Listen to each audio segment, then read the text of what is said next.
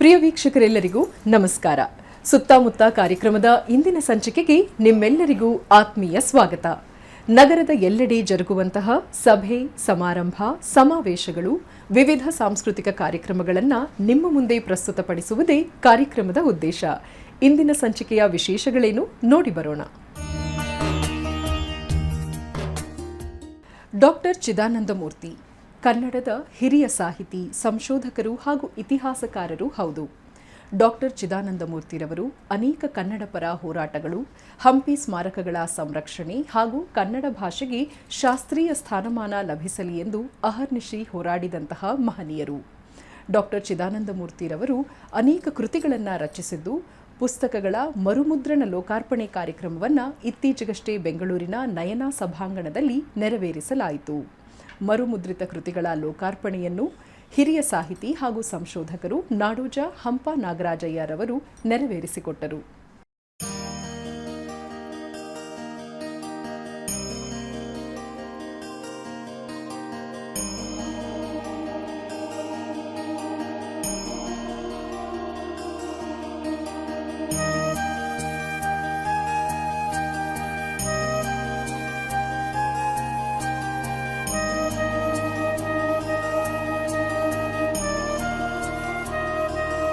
ಈ ವೇಳೆ ಪ್ರಾಧಿಕಾರದ ಅಧ್ಯಕ್ಷರು ಡಾಕ್ಟರ್ ಮಾನಸ, ಸಮಗ್ರ ಸಾಹಿತ್ಯದ ಸಂಪಾದಕರು ಡಾಕ್ಟರ್ ಬಸವರಾಜ್ ಕಲ್ಗುಡಿ, ಸಹ ಸಂಪಾದಕ ಡಾಕ್ಟರ್ ಮಂಜುನಾಥ್, ವಿನಯ್ ಎಂ ಚಿದಾನಂದಮೂರ್ತಿ ಮತ್ತಿತರರು ಉಪಸ್ಥಿತರಿದ್ದರು.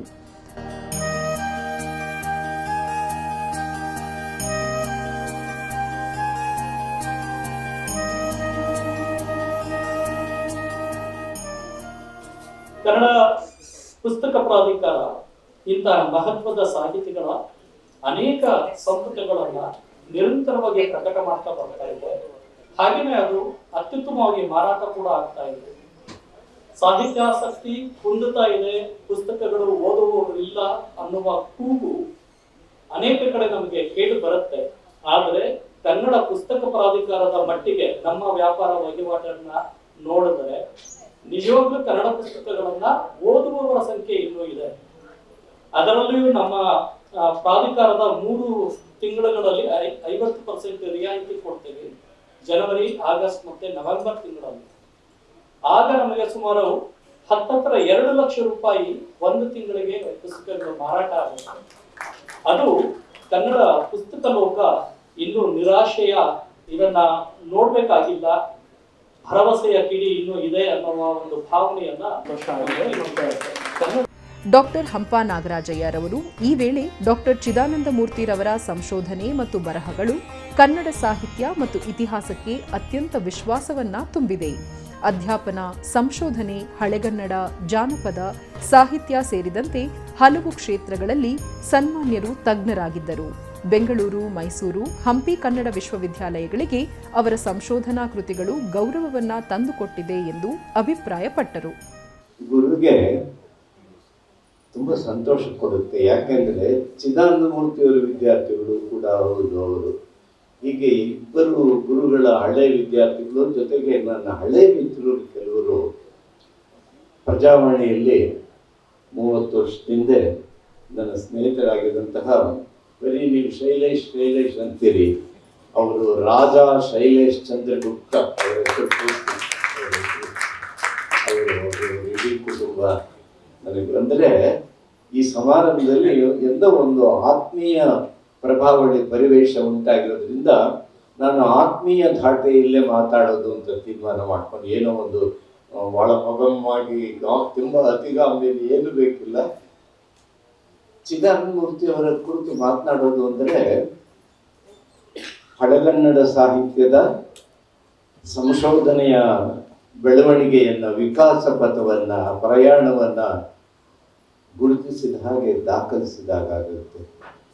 ಏಕೆಂದರೆ ಅವರು ನನಗೆ ಸುಮಾರು ಅರ್ಧ ಶತಮಾನಕ್ಕಿಂತ ಹೆಚ್ಚು ಕಾಲ ಒಡನಾಟ ಇದ್ದಂಥವರು.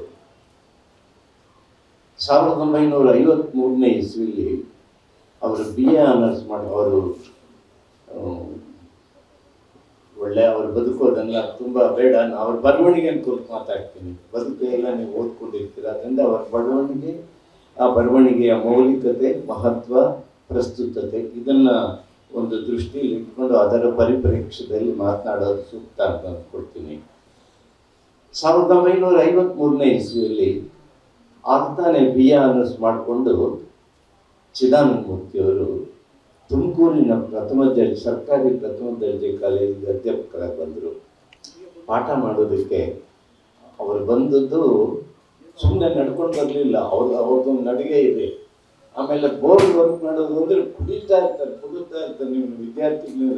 ನನಗೆ ಹೊಸಬರಿಗೆ ಇದೇನು ಹಿಂಗೆ ಕುಡಿತಾ ಇದ್ದಾರೆ ಅಂದರೆ ಅವ್ರು ಪಾಠ ಮಾಡ್ತಿದ್ದ ಶೈಲಿನೇ ಹಾಗೆ. ಆ ಒಂದು ಉತ್ಸಾಹ, ಆ ವರ್ಕು, ಆ ಹುಮ್ಮಸ್ಸು ಆಗ್ತಾನೆ BA ಮಾಡ್ತಾರೆ ಬಂದಂಥವ್ರು ಕುರುಬೂರ ಶಿಷ್ಯರು ಆಗಿದ್ದಂಥವ್ರು. ಆದರೆ 3 ತಿಂಗಳಿಗೆ ಅವ್ರಿಗೆ ವರ್ಗ ಆಗೋಯ್ತು, ಕೋಲಾರಕ್ಕೆ ವರ್ಗ ಆಯಿತು. ಅಲ್ಲಿ ನಮ್ಮ ಮಿತ್ರ ಅವರಿಗೆ ಗುರುಗಳಾದವರು, ಅವ್ರ ಜಾಗಕ್ಕೆ ದೊಡ್ಡವೀರಯ್ಯನವರು, ಚಿಕ್ಕವೀರಯ್ಯ ಅಂತ ಕವಿ ಇದ್ದಾರಲ್ಲ ತುಮಕೂರಿನಲ್ಲಿ, ಅವರ ಅಣ್ಣ ದೊಡ್ಡವೀರಯ್ಯ ಅಂತ ಬಂದರು. ಆಗ ಪ್ರಾರಂಭವಾದಂತಹ ಇದು ಚಿದಾನಂದ ಮೂರ್ತಿಯವರು. ಅವರು ಬಂದಾಗ ಒಂದು ದೊಡ್ಡ ಪುಸ್ತಕ ರಾಶಿ ಅವರ ಕೊಠಡಿಯಲ್ಲಿ ಎಲ್ಲ ಪುಸ್ತಕಗಳು ತೆಗೆದುಕೊಂಡು ಬಂದು ಸುಮಾರು 100 ಪುಸ್ತಕಗಳಿದ್ವು. ಕೋಲಾರಕ್ಕೆ ಇಮ್ಮಿಡಿಯೇಟ್ ವರ್ಕ್ ಆದದ್ರಿಂದ ಅಷ್ಟು ಪುಸ್ತಕಗಳನ್ನು ನನ್ನ ಕಡೆ ಕೊಟ್ಟು ನಾನು ನಿಧಾನ ಬಂದು ತಗೊಂಡೋಗ್ತೀನಿ ಅಂತ. ಅಂದರೆ ಆ ಹೊತ್ತು ಅಂಕುರಿಸಿದ ವಿಶ್ವಾಸದ ಒಂದು ಅದರ ಬೇರುಗಳು ಅದು ಹೇಗೆ ಕೊಂಬೆ ರೆಂಬೆಗಳಾಗಿ ಕಾಂಡಗಳಾಗಿ ಅದನ್ನು ವಿಸ್ತಾರವಾಯಿತು ಜ್ಞಾಪಿಸ್ಕೊಂಡ್ರೆ ನನ್ನ ಅಂತರಂಗದಲ್ಲಿ ಈಗಲೂ ಕೂಡ ಚಿದಾನಂದ ಮೂರ್ತಿಯವರು ಪ್ರತಿಷ್ಠಾಪಿತರಾದರು ಅಂತ ನಾನು ತಿಳ್ಕೊಂಡು ಮಾತನಾಡೋದಕ್ಕೆ ಹೊರಟಿದ್ದೇನೆ. ಅಧ್ಯಯನ, ಅಧ್ಯಾಪನ, ಕನ್ನಡ ವಾತ್ಸಲ್ಯ, ಕನ್ನಡ ಪ್ರೇಮ, ಅದಕ್ಕೆ ಅರ್ಪಣೆ, ಸಂಶೋಧನೆ, ಹಳಗನ್ನಡದ ಮೇಲೆ ಒಳ್ಳೆ ಪ್ರಭುತ್ವ ಹಿಡಿತ ಇರತಕ್ಕಂಥದ್ದು, ಕ್ಷೇತ್ರ ಕಾರ್ಯದಲ್ಲಿ ಹೋಗ್ತಕ್ಕಂಥದ್ದು, ಜಾನಪದ ಕ್ಷೇತ್ರ, ಎಲ್ಲ ಅವರ ಅಧ್ಯಯನದ ವ್ಯಾಪ್ತಿ ಎಷ್ಟಿತ್ತು ಅಂತಂದರೆ ಅವರು ಆ ಅಧ್ಯಯನಕ್ಕೋಸ್ಕರ ಸುಮ್ಮನೆ ಪಾಠ ಹೇಳೋಕ್ಕೆ ಸಿದ್ಧವಾಗಿ ಬರ್ತಿದ್ದವರಲ್ಲ. ಆ ವಿಷಯದಲ್ಲಿ ಇವತ್ತು ಏನು ಪಾಠ ಮಾಡಬೇಕು ಹೋಮ್ ವರ್ಕ್ ಮಾಡ್ಕೊಂಡು ಬರ್ತೀನಿ, ನಾಳೆ ಇದನ್ನು ಓದಿದ್ದಾರೆ ಆದ್ರೂ ನಾಳೆ ನಾನು ವಿದ್ಯಾರ್ಥಿಗಳಿಗೆ ಇದು ಪಾಠ ಮಾಡಬೇಕು ಹಿಂದಿನ ದಿವಸ ಓದ್ಕೊಂಡು ಬರೋದು. ಮಹಾರಾಜ ಕಾಲೇಜಿನಲ್ಲಿ ಅವರು ವಿದ್ಯಾರ್ಥಿ ಆಗಿದ್ದಂತಹ ಸಂದರ್ಭದಲ್ಲಿ ಚಿದಾನಂದ ಮೂರ್ತಿ ಎಲ್ಲಿದ್ದಾರೆ ಅಂತಂದರೆ, ಇಲ್ಲ ತರಗತಿಯಲ್ಲಿದ್ದಾರೆ, ಇಲ್ಲದೆ ಲೈಬ್ರರಿಯಲ್ಲಿದ್ದಾರೆ. ಇವೆರಡು ಅವರ ಜಾಗಗಳು. ಹಾಗೆ ಲೈಬ್ರರಿ ಅವರ 2ನೇ ಮನೆಯಾಗಿತ್ತು, ಗ್ರಂಥಾಲಯ. 99ನೇ ಇಸವಿಯಲ್ಲಿ ಆರಂಭವಾದ RV ಇನ್ಸ್ಟಿಟ್ಯೂಟ್ ಆಫ್ ಮ್ಯಾನೇಜ್ಮೆಂಟ್ಗೆ ಈಗ 25 ವರ್ಷಗಳ ರಜತ ಮಹೋತ್ಸವದ ಸಂಭ್ರಮ. 25 ಅನ್ನುವ ಶೀರ್ಷಿಕೆಯಡಿಯಲ್ಲಿ ಇತ್ತೀಚೆಗಷ್ಟೇ RV ಇನ್ಸ್ಟಿಟ್ಯೂಟ್ ಆಫ್ ಮ್ಯಾನೇಜ್ಮೆಂಟ್ ನಗರದ NMK RV ಕಾಲೇಜು ಆವರಣದಲ್ಲಿರುವ ಸಭಾಂಗಣದಲ್ಲಿ ಅದ್ಧೂರಿಯಾಗಿ ರಜತ ಮಹೋತ್ಸವ ಸಂಭ್ರಮಾಚರಣೆಗಳನ್ನು ಹಮ್ಮಿಕೊಂಡಿತ್ತು. ಈ ಸಮಾರಂಭದಲ್ಲಿ ಶೈಕ್ಷಣಿಕ ಉತ್ಕೃಷ್ಟತೆಗಳು ಹಾಗೂ 25 ವರ್ಷಗಳ ಸುದೀರ್ಘ ಯಾನದ ಸಾಧನಾ ಮೈಲಿಗಲ್ಲುಗಳು ಹಾಗೂ ಸಾಂಸ್ಕೃತಿಕ ಕಾರ್ಯಕ್ರಮಗಳಿಗೆ ತೆರೆದಿಟ್ಟ ದರ್ಪಣವಿದ್ದಂತೆ ಭಾಸವಾಯಿತು.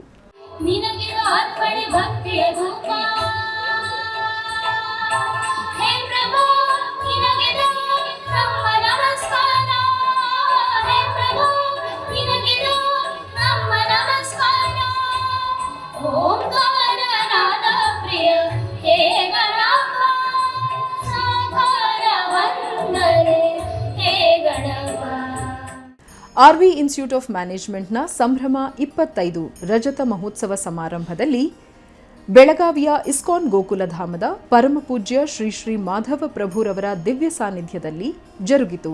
ಗೋ ಡಿಜಿಟ್ ಜನರಲ್ ಇನ್ಶೂರೆನ್ಸ್ನ MD ಹಾಗೂ CEO ಜಸ್ಲಿನ್ ಕೊಹ್ಲಿರವರ ಮುಖ್ಯ ಆತಿಥ್ಯದಲ್ಲಿ ಜರುಗಿದಂತಹ ಈ ಕಾರ್ಯಕ್ರಮದಲ್ಲಿ RVIMನ ಗವರ್ನಿಂಗ್ ಬಾಡಿ ಅಧ್ಯಕ್ಷರು ಶ್ರೀ MD ಕಸ್ತೂರಿರಂಗ, ರಾಷ್ಟ್ರೀಯ ಶಿಕ್ಷಣ ಸಮಿತಿ ಟ್ರಸ್ಟ್ನ ಅಧ್ಯಕ್ಷರು ಡಾಕ್ಟರ್ MP ಶ್ಯಾಮ್, ಶಿಕ್ಷಣ ಮಂಡಳಿ, ಕಾರ್ಯಕ್ರಮದ ಗೌರವ ಕಾರ್ಯದರ್ಶಿಗಳು, ಸಿಬ್ಬಂದಿ, ವಿದ್ಯಾರ್ಥಿಗಳು ಹಾಗೂ ಪ್ರಾಧ್ಯಾಪಕರ ಸಮ್ಮಿಲನದಲ್ಲಿ ವಿಶೇಷ ರೀತಿಯಲ್ಲಿ ಮೆರುಗು ತಂದಿತು.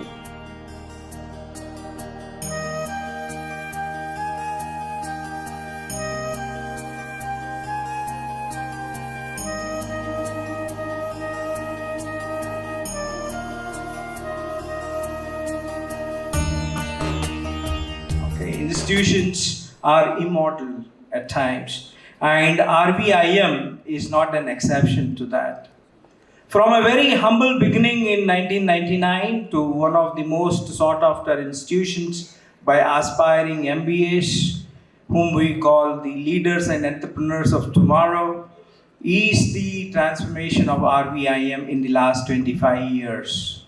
With technology also comes the disruption of natural cycles. Then comes, of course, pollution and degradation of nature. Let me give you one example of where we are very seriously having a problem. Is for every ton of food that we are producing today, we are losing 10 to 15 tons of soil in India. I repeat again, for every ton of food that we are producing, we are losing 10 to 15 tons of soil. It is like trying to make 1 rupee by spending 15 rupees. Is it going to run for very long? No. And that is the basis and reason for our agricultural crisis that we have today, or the rural crisis we have today. That is a cause of the migration that we are seeing in big quantities from the villages to the cities. And once they come into cities, we're going to have violence. When people migrate to new areas, you are bound to have violence. People will resent when new people come. So this is bound to happen. We're not getting any more water. We have to recycle the same water. That is being recycled naturally by rains, etc. But we also need to recycle. Hydrological cycle is not a mechanical cycle. It is not a technological cycle. It is a biological cycle. So my first lesson is ambition. It's the hunger, Everything starts from there. Before the world believes in you, you have to believe in your own self. I love this quote from Muhammad Ali where he says that if my mind can conceive it, my heart can believe it, I can achieve it. And the mind starts conceiving only when you are hungry and you are ambitious. Ambition is not just about titles and money, it's about wanting to become better each day. It's about dreaming to go beyond your current circumstances. If you ask me truly, I come from a very humble background. Nobody in my family could have ever dreamt that a girl from a city of Chandigarh, will become a CEO of a listed company which has a valuation of 30,000 crores today. So I think all of this for me, to be honest, just started because I was really, really hungry and ambitious as an individual. It is hard work. I know it sounds predictable, but to be honest, it is the truth. There is absolutely no substitute for hard work. And the more you want to know, the more you learn. And when you learn more, you contribute more. And when you contribute more, you get respect and opportunities. So it is a cycle which starts from being curious. RVIM has stood on this foundation. And because that foundation has remained strong, we have been able to remain relevant. Relevance is not a static achievement. It is a commitment you renew year after year, decade after decade. Over time, RVIM has continued to matter, not only to students, but to industry, to society, and to the world beyond our gates. In the past 25 years, we have shown us anything, it is that we are capable of meeting that challenge together. So today, as we celebrate our Silver Jubilee, we also make a quiet promise that 25 years from now, when we gather for our Golden Jubilee, we will look back at this moment as another beginning.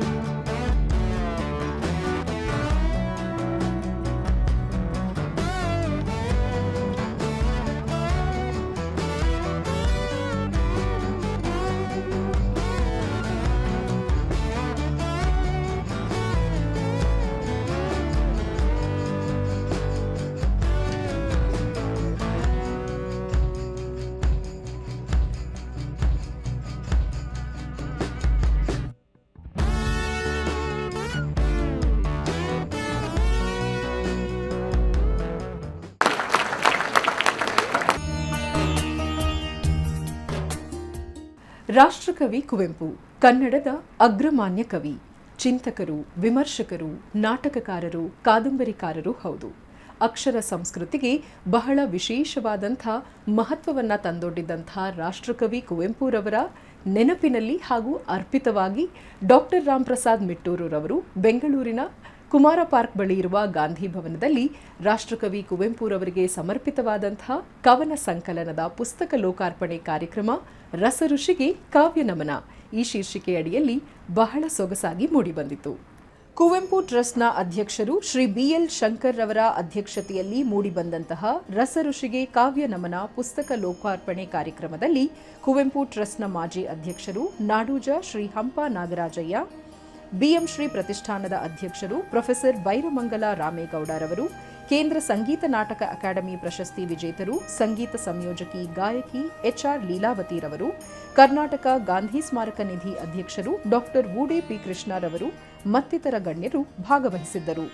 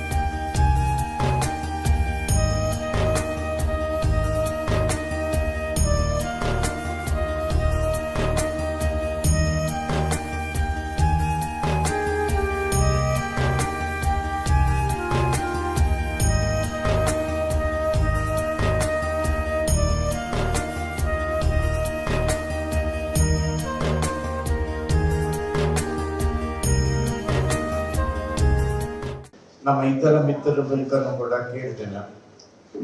ಮನದೇವ್ ನಮ್ಮ ದೇವಂಗಿ ಮನದೇವ್ ಹೇಳಿದೆ, ಅವರು ಒಂದಷ್ಟು ಮಾಹಿತಿಯನ್ನು ಕೊಟ್ಟರು. ಹಾಗೆ ವಿಚಾರಿಸ್ಕೊಂಡು ಹೋಗ್ತಾ ಇವ್ರು ನಮ್ಗೆ ತುಂಬಾ ಬೇಕಾದಂತಹ ಬಳಗದ ಒಂದು ಅರಳಿದ ಹೂವು. ಬರೀ ಕುವೆಂಪು ಅವರನ್ನ ಅವರು ಎಷ್ಟು ಮಟ್ಟಿಗೆ ತಮ್ಮ ಅಂತರಂಗದಲ್ಲಿ ತುಂಬಿಕೊಂಡ್ರು ಅಂದ್ರೆ ಅದಕ್ಕೆ ಪ್ರಬಲವಾದ ಕಾರಣಗಳಿವೆ. ಆ ಕಾರಣಗಳನ್ನ ಇವರ ಕವಿತೆಗಳನ್ನು ಓದ್ತಾ ಇದ್ದರೆ ಗೊತ್ತಾಗುತ್ತೆ. ಕುವೆಂಪು ಅವರ ನೇರವಾದ ಶಿಷ್ಯ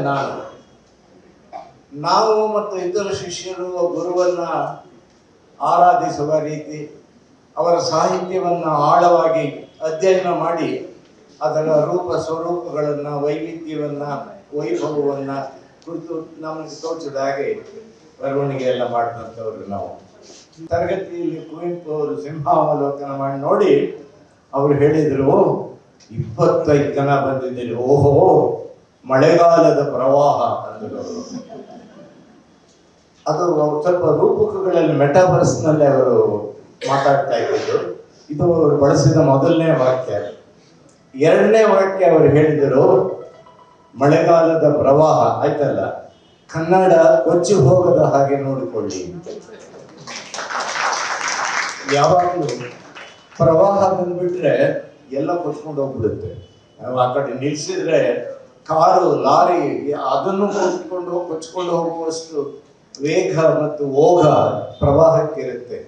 ಆದ್ರಿಂದ ನೀವು ಪ್ರವಾಹದ ರೀತಿಯಲ್ಲಿ ವಿದ್ಯಾರ್ಥಿಗಳೇನು ಬಂದಿದ್ದೀರಿ, ಆದರೆ ನಿಮ್ಮ ಹೆಗಲಿಗೆ ಒಂದು ಜವಾಬ್ದಾರಿ ಇದೆ. ಅದು ಅಂದರೆ ಯಾವ ವಿಷಯವನ್ನು ಕುರಿತು ಆಳವಾಗಿ ಅಧ್ಯಯನ ಮಾಡಬೇಕು ಅನ್ನೋ ಉದ್ದೇಶದಿಂದ ವಿದ್ಯಾರ್ಥಿಗಳಾಗಿ ಬಂದು ನೀವು ಇವತ್ತು ಬಂದಿದ್ದೀರೋ, ನಿಮಗಿರುವ ಜವಾಬ್ದಾರಿ ಎಂದರೆ ಕನ್ನಡವನ್ನು ಸಂರಕ್ಷಿಸತಕ್ಕಂತಹ ಒಂದು ಹೊಣೆ ಇದೆ ಅಂತ. ಇಷ್ಟೆಲ್ಲ ಹೇಳಲೇ ಇಲ್ಲ, 2 ವಾಕ್ಯದಲ್ಲಿ ಈ ಎಲ್ಲ ಅರ್ಥ ಬರುವ ಹಾಗೆ ಅವರು ಹೇಳಿದರು.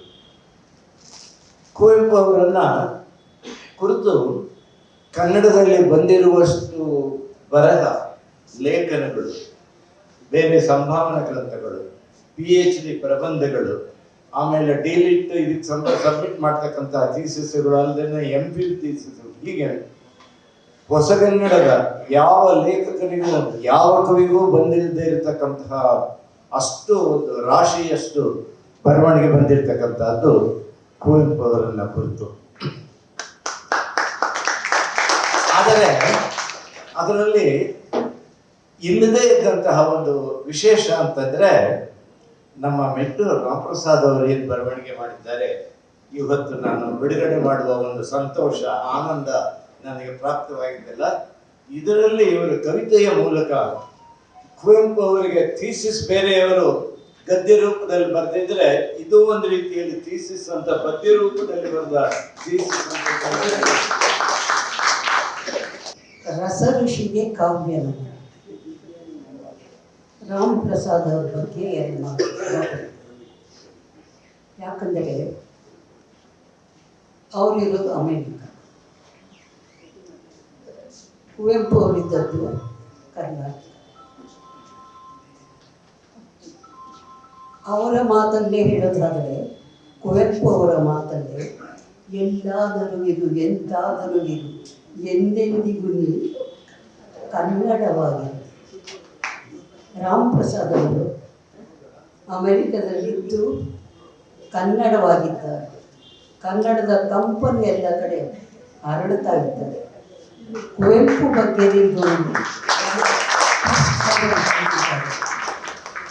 ಹಾಗಾಗಿ ಅವರಿಗೆ ನನ್ನ ಹೃದಯಪೂರ್ವಕ ನಮನ, ಧನ್ಯವಾದ, ಪ್ರೀತಿ ಎಲ್ಲವೂ.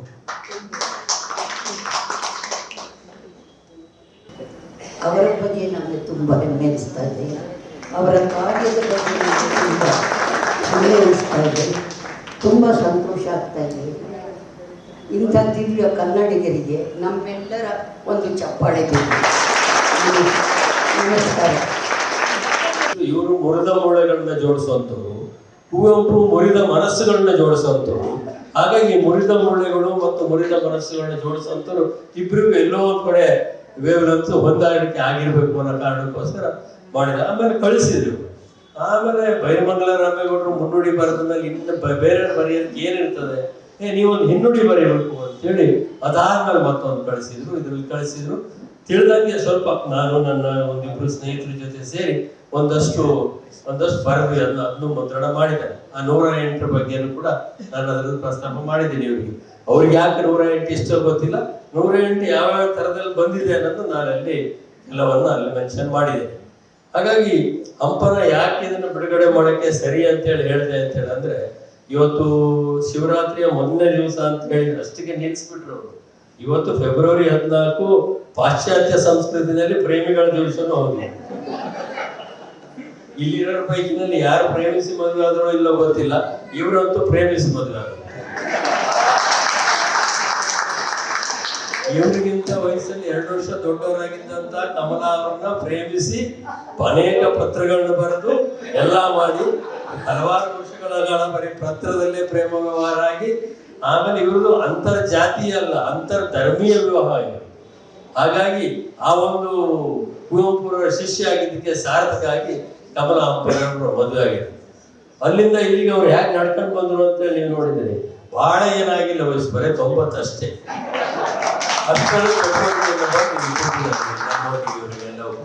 ಹಾಗಾಗಿ ಇವರೇ ಕರೆಕ್ಟ್ ಆಗಿರ್ತಕ್ಕಂಥವ್ರು ಅನ್ನೋದು ಆಗಿ ಅದಕ್ಕೆ ನ್ಯಾಯಯುತವಾಗಿ ಅವರ ಗುರುಗಳ ಬಗ್ಗೆನೇ, ಕುವೆಂಪುರವ್ರ ಬಗ್ಗೆನೇ ಇವರು ಹೆಚ್ಚು ಬರೆದಿರೋದ್ರಿಂದ ಗುರುಗಳ ಬಗ್ಗೆನೇ ಹೆಚ್ಚು ವಿಷಯಗಳು ಎಲ್ಲರೂ ಕೂಡ ಪ್ರಸ್ತಾಪ ಮಾಡಿದ್ದಾರೆ. ಕುವೆಂಪು ಅವರ ಮಾತು ಕೇಳಬೇಕು ಅಂತ ಆಸೆ. ಯಾಕೆಂದ್ರೆ ಕುವೆಂಪು ಅವರ ಕೀರ್ತನೆಗಳನ್ನು ನಾವು ಹಾಡ್ತಿದ್ವಿ, ಶಾಲಾ ಪಠ್ಯದಲ್ಲಿ ಅವರ ಕವನಗಳಿದ್ವು, ಅವನ್ನು ಕೂಡ ನಾವು ಓದ್ತಿದ್ವಿ. ಆದರೆ ನನಗೊಂದು ಸರ್ತಿ ಏನಾಯಿತು, ಅವಕಾಶ ಅವ್ರ ಭಾಷಣ ಕೇಳಬೇಕು ಅಂತ ಆಸೆ ಆಯಿತು. ಆಗ ಒಂದು ಕಾರ್ಯಕ್ರಮಕ್ಕೆ ಕುವೆಂಪು ಅವರ ಅಧ್ಯಕ್ಷತೆ, ಜೊತೆಯಲ್ಲಿ 3 ಜನ ಸ್ವಾಮಿಗಳಿದ್ರು. ಅದು ಕಾರ್ಯಕ್ರಮ ಬಹಳ ಮಧ್ಯಾಹ್ನ ಇತ್ತು, ಸುಮಾರು 12:30 ಗಂಟೆವರೆಗೂ ಒಂದು ಕಾರ್ಯಕ್ರಮ. ಇವರು ಅಧ್ಯಕ್ಷೆಯ ಮಾತು ಇನ್ನೇನು ಆಡಬೇಕು, 3 ಜನ ಸ್ವಾಮಿಗಳು ಅಷ್ಟೊತ್ತಿಗಾಗಲೇ ಮಾತಾಡುತ್ತಿದ್ರು. ನಾವೆಲ್ಲ ಬಹಳ ಕುತೂಹಲದಿಂದ ಕಾಯ್ತಾ ಇದ್ವಿ ಕುವೆಂಪು ಅವರ ಮಾತು ಕೇಳಬೇಕು ಅಂತ. ನನ್ನ ಬದುಕಿನಲ್ಲಿ ಕೇಳಿದಂಥ ಅತ್ಯಂತ ಸಂಕ್ಷಿಪ್ತ ಭಾಷಣ ಆ ದಿವಸ ನಾನು ಕೇಳಿದ್ದು.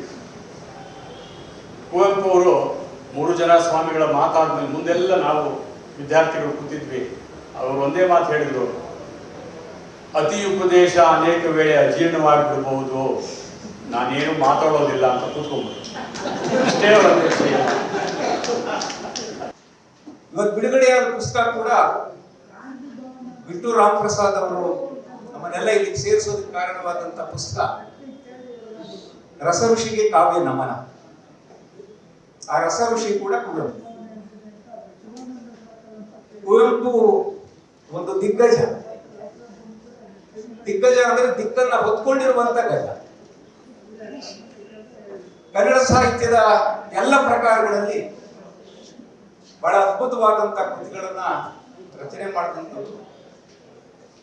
ಜ್ಞಾನಪೀಠ 8 ನಮ್ಮ ಹೆಮ್ಮೆ ಅಂತ ಏನ್ ಹೇಳ್ಕೊಡ್ತೀವಿ, ಆ ಜ್ಞಾನಪೀಠವನ್ನ ಕನ್ನಡಕ್ಕೆ ಉದ್ಘಾಟನೆ ಮಾಡಿದಂಥವ್ರು, ಮೊಟ್ಟ ಮೊದಲು ಜ್ಞಾನಪೀಠವನ್ನ ಕನ್ನಡಕ್ಕೆ ತಂದಂಥವ್ರು ಕುವೆಂಪು. ಕನ್ನಡವೇ ನನ್ನ ಜೀವದ ಚೈತನ್ಯ, ನನ್ನ ಬದುಕಿನ ಉಸಿರು. ಇಂದು ನಾನು ವೇದಿಕೆ ಮೇಲೆ ನಿಂತಿರುವ ನನಗೆ ಹೇಳಬೇಕಾಗಿರುವ ಮಾತುಗಳಿಗಿಂತ ಮನದ ಭಾವನೆಗಳೇ ಹೆಚ್ಚಾಗಿದೆ. ಕನ್ನಡ ಸುವರ್ಣಾಕ್ಷರ ನಡುವೆ ನಡೆಯುವ ಸಣ್ಣ ಸಂಚಾರಿಯಾಗಿ ಕನ್ನಡದ ಅಕ್ಷರಗಳ ಪರಿಮಳವ ಆಸ್ವಾದಿಸುತ್ತಾ ಭಾವಗಳಲ್ಲಿ ಬೆಸೆದು ಅನಿಕೇತನವಾಗುತ್ತಿರುವ ಅನುಭವವಾಗುತ್ತಿದೆ. ಇಲ್ಲಿ ನೆರೆದಿರುವ ದಿಗ್ಗಜರ ಮುಂದೆ ನಾನು ನಿಂತಿರುವುದು ಕೇವಲ ಒಬ್ಬ ಹೆಮ್ಮೆಯ ಕನ್ನಡಿಗನಾಗಿಯೇ ಹೊರತು ಇಲ್ಲಿ ಯಾವ ನಿಲುವಿನಿಂದ ಅಲ್ಲ. ರಸಋಷಿ ಕುವೆಂಪುರವರಿಗೆ ಈ ಕವನ ಕುಸುಮಗಳ ಅರ್ಪಿಸುವ ಅಪೂರ್ವ ಸೌಭಾಗ್ಯ ನನಗೆ ದೊರಕಿರುವುದು ನನ್ನ ಜೀವನದಲ್ಲಿ ಅತ್ಯಮೂಲ್ಯ ಕ್ಷಣಗಳಲ್ಲಿ ಒಂದಾಗಿದೆ. ಈ ಗೌರವದಿಂದ ನನ್ನ ಹೃದಯ ಕೃತಜ್ಞತೆಯಿಂದ ಸ್ಪಂದಿಸುತ್ತದೆ. ಕುವೆಂಪು ಅವರ ಬಗ್ಗೆ ನನಗೆ ಎಷ್ಟು ಅಭಿಮಾನ ಇದೆ ಅಂತಂದ್ರೆ ನನ್ನ ತನುಮನವನ್ನೇ ಆವರಿಸಿಕೊಂಡಿದೆ. ನನ್ನ ಒಂದು ಚಿಕ್ಕ ಆಫೀಸ್ನಲ್ಲಿ, ಒಂದು ಚಿಕ್ಕ ಫ್ರಿಜ್ನಲ್ಲಿ ಅವರ ಫೋಟೋಗಳಿಟ್ಟು ಬೆಳಿಗ್ಗೆ ಎದ್ದಾಗ ನಮ್ಮ ತಂದೆ ತಾಯಿ ಜೊತೆಗೆ ಅವರು ಇದ್ದಾರೆ, ಒಂದು ನಮಸ್ಕಾರ ಮಾಡಿ ಒಂದು ಪದ್ಯ ಬರೆಯೋಕ್ಕೆ ಪ್ರಾರಂಭಿಸ್ತೀನಿ. ಸೊ ಆ ಕಾರಣದಿಂದ ಎಷ್ಟು ಬರೆದ್ರೂ ಸಾಧಿಲ್ಲ. ಸೊ 108 ಕವನ ಬರೆದು ನಿಮ್ಮೆಲ್ಲರ ಸಹಕಾರದಿಂದ ಈ ದಿನ ಅದನ್ನು ಪ್ರಕಟಿಸುವ ಸೌಭಾಗ್ಯ ಸಿಕ್ಕಿರೋದು ನನ್ನ ಅದೃಷ್ಟ ಅಂತ ಹೇಳಿ, ನೀವೆಲ್ಲ ಬಂದು ಈ ಸಂಜೆ ಬಂದು ಈ ಕೃತಿಯನ್ನು ಹರಿಸಿ ನನ್ನ ಸಣ್ಣ ಪ್ರಯತ್ನಕ್ಕೆ ಗೌರವಿಸುವುದಕ್ಕೆ ನಿಮಗೆಲ್ಲರಿಗೂ ಧನ್ಯವಾದಗಳು. ರಾಮ್ ಪ್ರಸಾದ್ ಮುತ್ತೂರು ಸರ್ ಅವರಿಗೆ ಕನ್ನಡದ ಅಂತರರಾಜ್ಯ ನಡೆದಾಡುವ ವಿಶ್ವಕೋಶ ಎಂದೇ ಪ್ರಸಿದ್ಧರಾಗಿರುವಂತಹ ಅವರಿಂದ ಸನ್ಮಾನ. ಅವರ ಅಪಾರ ಅನುಭವದ ನುಡಿಗಳನ್ನು ಕೇಳಿಸಿಕೊಂಡ ನಾವೇ ಈ ಕಾರ್ಯಕ್ರಮದ ಕುರಿತು ನಾವೇ ಬಂದರು.